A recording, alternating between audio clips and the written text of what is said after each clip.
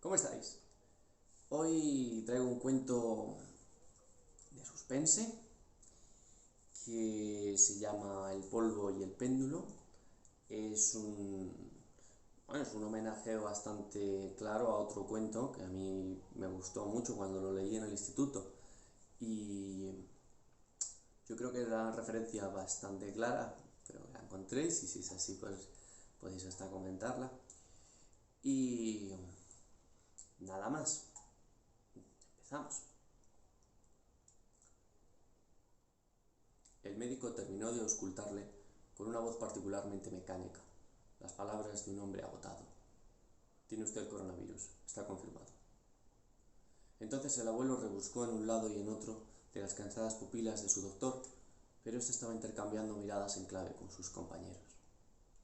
Va a tener que quedarse en casa. Reposo, reposo y paracetamol. Siempre el móvil al lado. Mire, lo tiene aquí en la cocina. Se lo dejo en la chimenea, mejor, ¿no? Cualquier cosa grave, 112. ¿Y el hospital? Preguntó el abuelo, desolado. Estamos hasta arriba. No se puede, no hay hueco. Reposo y no salga. Tenga cuidado de no contagiar a más gente. Si sale un hueco, si se pone grave, lo metemos en urgencias, contestó el sanitario, mientras aquellas figuras envueltas de blanco por completo recogían su equipo. Pero si yo tengo 86 años, viudo, ¿no va a ser grave? El hombre detrás de la mascarilla se giró y se quedó observándole sin contestación. A través de unas gafas grises enormes, similares a las de un buceador, no se divisaban con claridad ojos humanos. Le oía exhalar a través de un enorme filtro negro que distinguía su oxígeno del que él respiraba. Se dio la vuelta y la puerta le dijo: cualquier cosa llama. Todo el peso del mundo se volcó sobre el pecho del abuelo, y esta presión le provocó la tos de nuevo.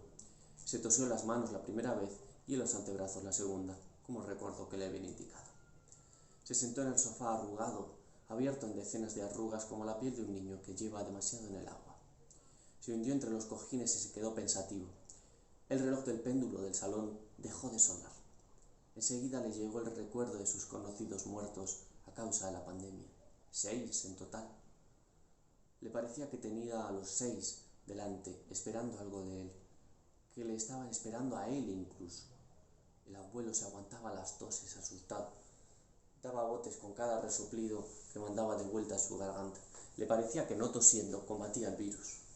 Sentía a sus conocidos dar los 6 un paso hacia adelante, hacia él, cercándolo. Agarró el mando de la televisión y encendió el aparato. Permaneció totalmente quieto mientras miraba un programa odioso en el que todos se gritaban, peleaban por un premio y esperaban a ver a alguien perder para arrojarlo por el agujero a traición. Le resultaba angustioso, pero el miedo lo tenía completamente paralizado. No quiso cenar, ni levantarse a por agua, ni mucho menos cambiar de canal. Su parálisis se prolongó durante 3 horas. En ellas le machacaba un pensamiento en la cabeza. La televisión, estoy viendo la televisión, estoy viendo la televisión. Estoy tranquilo viendo la televisión, estoy viendo la televisión. Ceno 2 tostadas con la televisión, veo la televisión, me acuesto, estoy viendo la televisión. Se repetía, ahuyentando la imagen de sus conocidos. En aquel interludio anocheció y llegó la medianoche sin que él hubiera cenado, aún viendo la tele. Llamaron su atención los gemidos de Edgar, su perro. El podenco tenía hambre y llevaba al menos hora y media sentada a su lado, esperando obediente a que el amo le sirviese la cena. El abuelo se incorporó por fin y se puso en marcha a la cocina. El reloj de péndulo volvió a sonar por arte de magia, meciéndose de un lado a otro de nuevo. En cada paso ponía una delicadeza propia de un escultor de hielo. Cada pisada le parecía darla junto a un precipicio del que, si caía, no saldría. A ambos flancos tenía montones de objetos muy viejos, que antes le pudieron haber parecido dignos de conservar un poco más y de pronto se habían convertido en basura. Mantas, ropas viejas, apiladas en sillas viejas, junto a mesas con orfebrería oxidada, con pilas de libros que nunca iba a leer, con papeles que prefirió no leer, pero guardar por si tenían escrito algo de valor, y montones de bolsas, bolsas negras, dentro de las cuales había de todo y no había nada que el abuelo recordase. Sobre las pilas de objetos le vigilaban cuadros con siglos de antigüedad. Tenía réplicas fotográficas de pinturas de Goya y Velázquez, que ni enmarcadas detrás de un cristal podían restar pánico de los ojos de Saturno. Al llegar a la cocina, afectado de ese horror a la abundancia, le llamaron al fin la atención las sartenes abandonadas sobre los calentadores, la pila del fregadero colmado de platos aún con comida en ellos y la repisa para cocinar llena de envoltorios de plástico, migas y de los pedazos cortados que no se comen de las verduras. Con los movimientos serenos que su cuerpo le permitía, llevó algunos de los platos a las vajillas, las sartenes al fregadero y los restos de comida a una bolsa junto a las bolsas de basura que se acumulaban en la esquina de la cocina ahora que apenas salía a la calle para tirarla. Percibió, como si todo lo percibiese después de visto, el olor descompuesto que venía de los cubos. Tan rápido como le fue posible puso a freír unas salchichas para el perro y puso dentro de pan de molde las sobras de la hora de la comida. No había ni una ventana encendida que se viera desde la suya, y sus vecinos hacían tanto ruido como un velatorio. Comió despacio, bajando los trozos solo después de mucho masticarlos y acompañándolos con agua. Al mismo tiempo, iba soltando las salchichas una a una para Edgar, de forma que no se las comiera todas de golpe y se quedase ahí, mirándole con hambre. Tomó sus medicinas al acabar y caminó hacia su cuarto.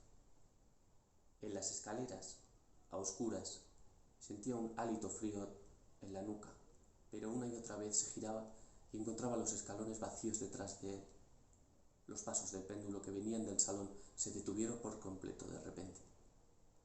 Todavía en la planta baja, clavando sus ojos brillantes y pedigüeños, estaba Edgar, inmóvil hasta que el abuelo se dio una palmada en el muslo y le autorizó a subir para que durmiese en el mismo cuarto, costumbre inusual en él.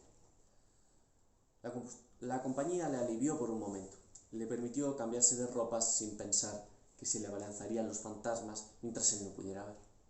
Se relajó, orinó, bebió un vasito de agua para después tumbarse en la cama. Una vez que hubo ocultado el mundo con sus párpados, vio su pesadilla, que era pensar que aquella podía ser una noche de la que no se despertase. Abrió los ojos ipso facto, le volvió la tos y se sintió subir la fiebre, pero al mismo tiempo se vio atrancado en el estancamiento de todos sus músculos otra vez.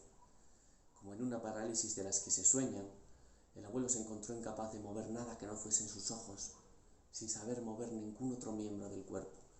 Y como sucede también en estas trampas de la mente, no halló el modo de salir de ella hasta que se durmió de verdad. Cuando empezaba a soñar, un ataque de tos le despertó de golpe, abrasando su garganta raspada. Dio 2 tragos al vaso de agua que tenía junto a sí y se recostó otra vez, pero enseguida sintió que su boca pasaba de lo más seco a lo más baboso. Le atragantaba una cantidad insoportable de saliva. Al ver lo que estaba por venir, se destapó y se arrojó en dirección al cuarto de baño, pero una arcada lo dejó postrado a medio camino. Antes de que reuniera fuerzas para erguirse, otra arcada le hizo vomitar la cena, el agua y las medicinas revueltas en un pastiche verdoso y hediondo, con los trozos más grandes resbalándole por la lengua y empapando las manos con las que se sostenía a gatas. Se arrastró hasta el váter y terminó de volver otras 3 arcadas más, que ahora solo expulsaban poco más que esos escupitajos que le retorcían el esófago. Se apoyó en la puerta del baño, dolido y agotado, y se vio pringado del mejunje repugnante. Respiró hondamente, tratando de sobreponerse a la disnea que el virus azuzaba. Al querer ponerse en pie, los brazos y las piernas se le vaciaron de fuerza y le hicieron imposible volver a caminar. Exhaló un quejido incomprensible, desesperante. Se decidió a tirar de una toalla que quedaba a su alcance y limpiarse con ella el pijama, las manos y las comisuras, después de quedarse otro instante contemplando el charco junto a su lecho. Reunió la voluntad de gatear bordeando el desastre y volvió a su cama casi reptando. Al arroparse, el frío le invadió de nuevo y lo hizo tiritar hasta que el agotamiento lo durmió por fin. Cuando despertó de su regurgitación solo quedaba la costa, ya que Edgar se había encargado del resto. Debía de ser pasado el mediodía y estaba totalmente sudado. Sentía como su ropa se pegaba y se despegaba de las carnes. Se destapó y trató de sentarse en la cama, lo cual le llevó un esfuerzo que se estiró durante medio minuto. Sus músculos le parecían agotados como los de un jornalero tras la vendimia. Le dolían los riñones, la cabeza, la garganta y las articulaciones. Y, pese al dolor, logró incorporarse. Se arrastró débilmente hasta la ducha y dejó correr el agua mientras se desvestía. Bajo los chorros, reflexionó sobre su supervivencia.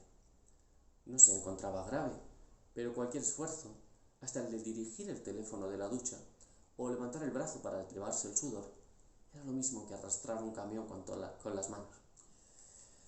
Recordó el reposo que le había recetado el doctor y confió todo a su descanso. Ya aseado y limpio, tuvo esos segundos de plenitud que pasan los enfermos al salir de la ducha, hasta que vuelven sus males. Los aprovechó en bajar las escaleras, escoger una película y dejarse caer en el sofá, con Edgar acurrucándose a su lado. Empezó el film y empezaron los temblores. Se arropó y miró el reloj como si aquello tuviera final programado. Era la hora de comer, pero la sola idea de tragar un bocado le repetía las arcadas. Los temblores se convirtieron en ataques de escalofríos y el abuelo se sentía como si andara desnudo por la nieve. Al poco comenzó a gemir. Se volcó sobre los cojines para decir sinsentidos y matar así el tiempo. Estiró una mano y bajó la persiana del salón levemente. Las escenas de la película pasaron por su cuenta mientras el anciano volvía a caer preso del sueño delirante. Le despertó el silencio del péndulo. No sabía cuándo había vuelto a funcionar, ni sabía por qué se paraba y volvía a caminar a su voluntad, pero desde hacía años convivía con ese misterio. Y cuando el ruido del reloj cesó, el ruido de su ausencia lo alteró y le puso en alerta. Se palpó, se cruzó de brazos y se las llevó a la cara después. Manchó sus gafas con los dedos y se dispuso a limpiarlas cuando recordó la medicina que el médico le había prescrito. Le pareció de pronto que esa píldora era el ancla de su cuerpo en este mundo y que era de extrema urgencia tomarla cuanto antes. Las prisas provocaron otro brote de tos cuando se levantó. Dio 2 pasos inestables y buscó apoyo en una silla, pero esta, traicionera, se cayó cuando volcó su peso e hizo al abuelo perder su equilibrio.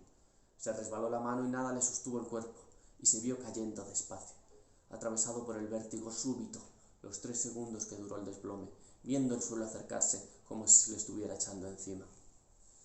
Con el impacto, se expandió un crujido desde la cadera hasta su cuello, atravesando todos sus huesos. Su cabeza rebotó después y se doblaron sus gafas junto a su ojo. Abrió la boca y expiró tan fuerte como pudo y dejó entrar en sus pulmones oxígeno y miles de motas de polvo de un suelo que no se barría en semanas y su caída había agitado. El reloj de péndulo volvió a caminar. La tos, el ritmo cardíaco y los pensamientos del abuelo se aceleraron. Las toses no le dejaban respirar y cuando lo hacía necesitaba bocanadas tan grandes como para llenar su tráquea de ese polvo pululante que se le metía en los ojos, en la nariz y en la garganta. Edgar, también alarmado, se acercó a su dueño y comenzó a ladrar dando brincos. El abuelo lanzaba sus brazos disparados de un lado a otro, a su garganta, hacia la cocina y al suelo, pero no tenía fuerzas para ponerse en pie. El oxígeno entraba cada vez en cantidades más angustiosas y no podía más que rebozarse en el suelo y arrastrarse. Un pensamiento despejó la nube de pánico del abuelo: llamar a los médicos. Vio la chimenea, que se le hacía a kilómetros de distancia, estando solo al otro lado de la sala, con el teléfono colgando de una esquina. El perro, el polvo y el péndulo le acorralaban mentalmente, pero sacó fuerzas para empezar a arrastrarse muy despacio, mucho más despacio de lo que se quedaba sin aire. De repente el perro salió corriendo hacia la puerta, como si hubiese visto a la misma muerte que venía a recoger a su dueño. Siguió ladrando desde la distancia. El abuelo se dio la vuelta y contempló el retrato severo de su difunta mujer, Irene, toda de negro y con los ojos dibujados de tal forma que en todos los rincones del salón parecía mirarte. La desesperación se le iba subiendo a la garganta y las toses, creía él, le iban robando los segundos del tiempo que le quedaba para alcanzar el teléfono. Hizo un nuevo acopio de voluntad por incorporarse, poniendo su mano en el mueble que tenía a su lado. Por desgracia posó los dedos sobre el mantelito de punto que su difunta Irene había dejado ahí y al tirar arrastró el mantel y todas las fotos familiares enmarcadas que tenía encima. Los marcos le picotearon por encima en la forma en que un buitre tienta un cadáver. El abuelo pensó que se le nublaba la vista ahora a causa del terror y que solo le quedaba arrastrarse a ciegas y chocar contra los muebles, paredes y trastos mientras se le escapaba el aliento. Al llegar al fondo, hizo a sus manos trepar por la pared hasta dar con una repisa. Toqueteó la superficie, pero no halló nada. El reloj de péndulo se detuvo mientras Edgar seguía ladrando. Tosió el abuelo y, poco a poco, sin remedio, se dio cuenta de que desfallecía y, con toda certeza, no saldría de ese sueño nunca más. Pero he aquí un golpe en la puerta. Ruidos apresurados que el abuelo ya no podía oír. Una explosión, una ola de emergencia que entraba en su casa y corría en su búsqueda. Y hallaban al abuelo postrado, pero aún con vida, a tiempo para ser llevado a urgencias y ser socorrido en algún hospital de Toledo, gracias a sus vecinos, que habían atendido providencialmente a los ladridos de Edgar y habían salvado su vida llamando a los médicos. Hallábase el virus en manos de sus enemigos.